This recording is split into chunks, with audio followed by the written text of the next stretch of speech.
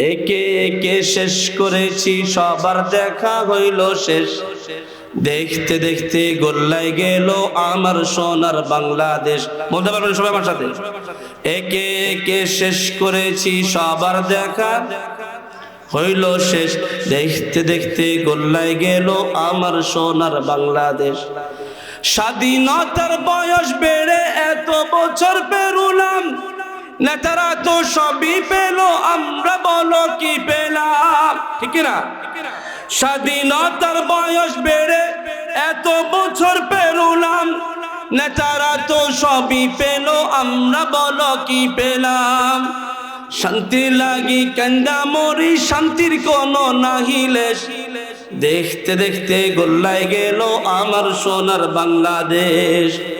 সোনার বাংলায় নাই রে সোনা, দুর্নীতিতে চ্যাম্পিয়ন। শান্তির বলি শুনতে শুনতে আমরা বড় পেরেশান। ঠিক না? নেতায় নেতায় রেশারেশি, জনগণের কর্ম শেষ। দেখতে দেখতে গোল্লায় গেল, বলেন না সবাই, আমার সোনার বাংলাদেশ। দেখতে দেখতে গোল্লায় গেল আমার সোনার বাংলাদেশ। যাদের হাতে যায় ক্ষমতা, দেশ যেন বাপের পিঠা। যাদের হাতে যায় ক্ষমতা, দেশ যেন বাপের বিটা। রাখতে যে আর শুরু করে বিদেশিদের পাচাটা। ঠিক কিনা বলেন? বিদেশিদের কথা মতো চালায় ওরা নিজের দেশ। দেখতে দেখতে গোল্লায় গেল আমার সোনার বাংলাদেশ। কেউ দিল না, সবাই নিল, আমরা যে গরুর বলদ। সারা বছর নেয় না খবর, নির্বাচনে খুব দরদ। ঠিক না? কেউ দিল না, সবাই নিল, আমরা যে গরুর বলদ। সারা বছর নেই না খবর, নির্বাচনে খুব দরদ। নির্বাচনের আগে নেতায় ধরে নানান রকম বেশ। ঠিক না? নির্বাচনের আগে নেতায় ধরে নানান রকম বেশ। দেখতে দেখতে গোল্লায় গেল আমার সোনার বাংলাদেশ। ঠিক কিনা মুসলমান? ও মুসলমান, শেষ কথা, আখিরি কথা, ঘরে বাহিরে মুসলমান সমস্ত জনপদে, নিজের ঘরে নিজের সমাজে ইসলামকে প্রায়োরিটি দিতে হবে। স্বামী স্ত্রীর বন্ধন, ইসলামকে প্রায়োরিটি দাও। সন্তানের বন্ধন, ইসলামকে প্রায়োরিটি দাও। সন্তানের বিবাহ, ইসলামকে প্রায়োরিটি দাও। সামাজিক বিচার ব্যবস্থা, ইসলামকে প্রায়োরিটি দাও। সামাজিক রাজনীতি করতে চাও, সমাজ গড়তে চাও, এলাকা গড়তে চাও, আসন গড়তে চাও, সংসদ গড়তে চাও, ইসলামের কোনো বিকল্প নাই, নাই হতে পারে না। ঠিক কিনা বলেন? নারে তাকবীর, নারে তাকবীর। আল কোরআনের আলো, আল হাদিসের আলো। শুধু ঘরে জানবেন, সংসদে জানার দরকার নাই। আছে না নাই? আল কোরআনের আলো, আল হাদিসের আলো। ও মুসলমান, অনেক কিছু বলার ছিল, সময়ের সংক্ষিপ্ততা ছিল, তাই সবকিছু বলা সম্ভবপর হয়নি। আজানও চলছে, আমরা আজানেরও জবাব দেব ইনশাআল্লাহ। যে কথা বলতে চাই, যে কথা বলতে চাই, বলার পেগাম হলো, ঘরে অশান্তি, স্বামী স্ত্রীর মিলমিশ নাই। মা বোনেরা দেখতেছেন, স্বামী যায় একদিকে, স্ত্রী যায় আরেক দিকে। কারণ কি? ইসলাম নাই। কথা কোন ঠিক না ঠিক?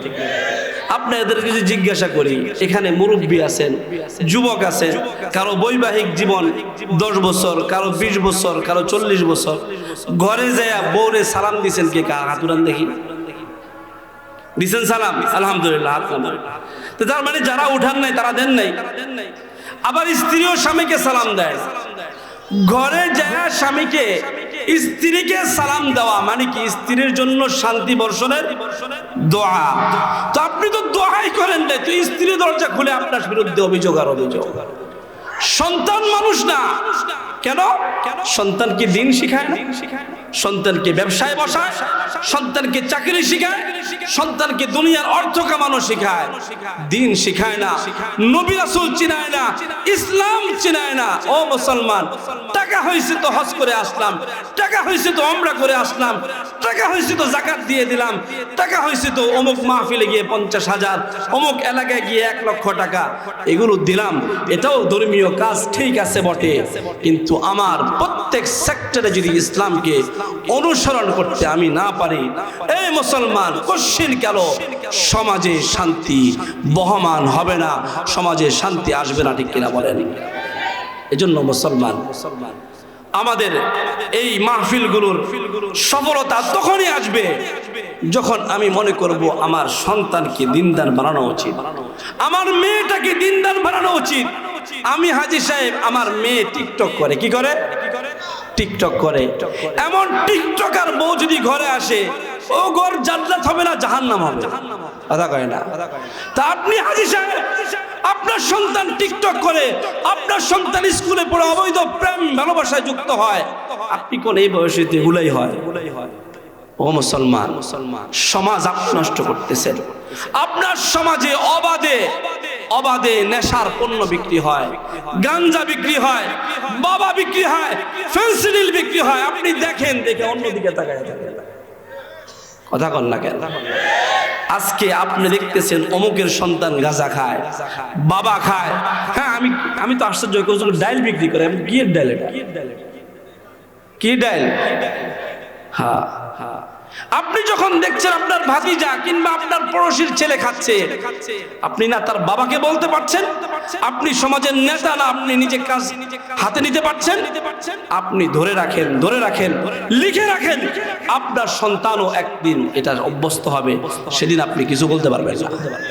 এই এলাকায় নাই, অবাধে হয় কি হয় না, এগুলো দেখার দায়িত্ব শুধু খতিব সাহেবের না, আপনাদেরও দায়িত্ব আছে। অবশ্যই অনেক কিছুই বলার ছিল, আল্লাহ পাক তৌফিক দিলে আবারও বলা হবে, জুমাতেও বলা হচ্ছে। আমাদের অন্যান্য আলোচকগণ কথা বলবেন, লম্বা চড়া কথা বলার সেই সুযোগ তো আর হলো না। যে কথাগুলো বললাম, আল্লাহ পাক রব্বুল আলামিন আমাদেরকে আমল করার তৌফিক দান করুন, আমাদের ঘর, আমাদের সমাজকে শান্তিময় করে দিন। আর যে পয়গাম বললাম, মানুষ যেন টাকার কাছে বিক্রি না হয়, দিন ইসলামকে বিক্রি না করে, নীতি নৈতিকতা বিক্রি না করে, ইসলাম এবং ইসলামের বিধানকে যেন সর্বাগ্রে রাখতে পারে। আল্লাহ পাক তৌফিক দান করুন, আমিন। ওয়া আখিরু দাওয়ানা আলহামদুলিল্লাহি রাব্বিল আলামিন। আসসালামু আলাইকুম ওয়া রাহমাতুল্লাহি ওয়া বারাকাতুহু।